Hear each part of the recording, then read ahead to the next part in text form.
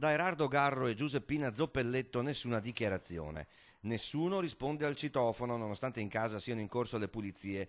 Ci sono da lavare via le tracce dell'incursione dei malviventi che domenica hanno fatto la posta ai due ex coniugi. Hanno preso a pugni lui, ex sindaco del paese ed ex consigliere provinciale, che hanno legato la sedia insieme alla moglie per poi fuggire con 1.000 euro.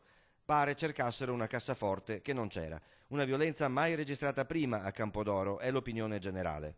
Non era mai successo una cosa simile a Campodoro, il fatto che ci siano persone che attendono che uno arriva a casa per poi rapinarlo non è di fatto piacevole, potrebbe succedere a qualsiasi altra famiglia, visto che Garro non è una famiglia normale a fin fine, quindi siamo tutti preoccupati.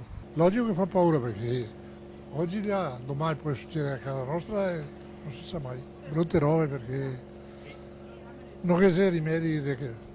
Noi vogliamo rimedi perché sarebbe la possibilità. Campodoro è un paese abbastanza piccolo, diciamo, quindi cose così gravi non sono mai successe, così.